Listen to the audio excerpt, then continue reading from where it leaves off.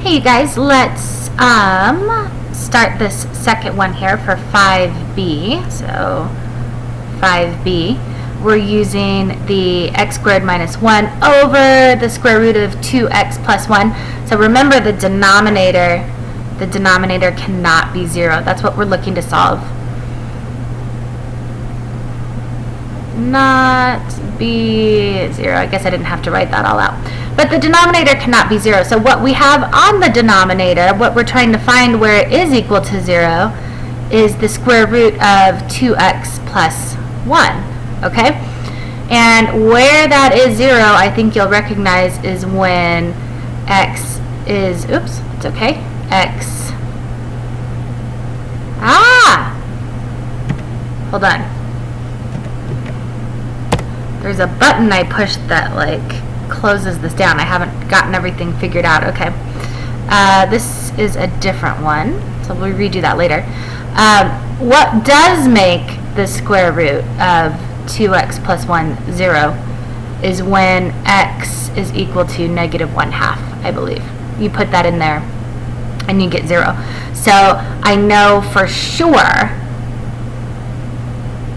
that we're going to have a vertical asymptote here. Now, what's interesting about this one that's different than the other graph we were looking at is that not only can the denominator not be equal to 0, but since it's under a radical, also it cannot be negative.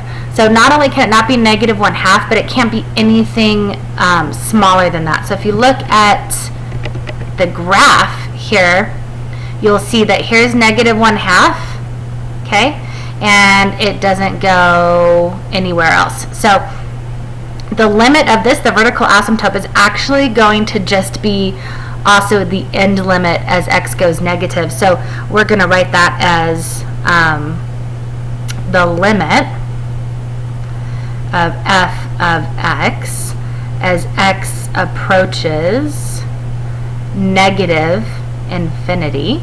Okay, so as x is going this way, and let me see if I can draw on this side too. I'm learning, you guys.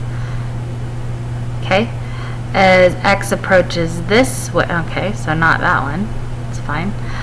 This way, it's going to negative infinity, right? So that answer is negative infinity. If you want to do a little bit extra, you can always do the other side, the limit of f of x.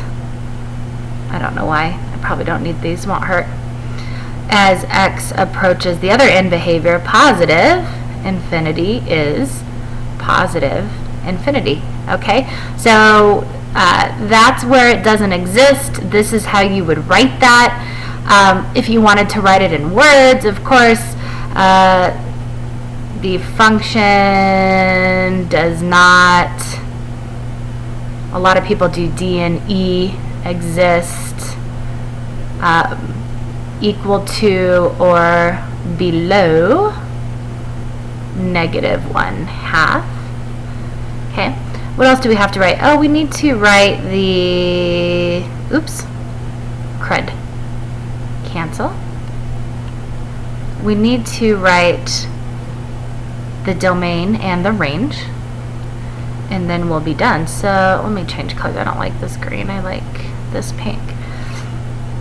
Let's say the domain, let's see, is equal to negative 1/2, but it cannot be negative 1/2, right? All the way to positive infinity. Okay, so just one there, and the range is equal to negative infinity to positive infinity.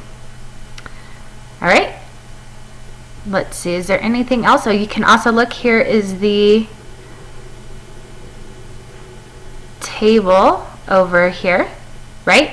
And it's undefined everything below negative 1/2. Oh, wait, negative 1 here and then negative 1/2 here, right? And here's getting close to negative 1/2 where it still exists. So my table's out of order here, so be careful when you're looking at it because I'm not an expert at Desmos yet. Obviously, continuous and just only exists above -1/2. Okay, so please let me know if you have any other questions.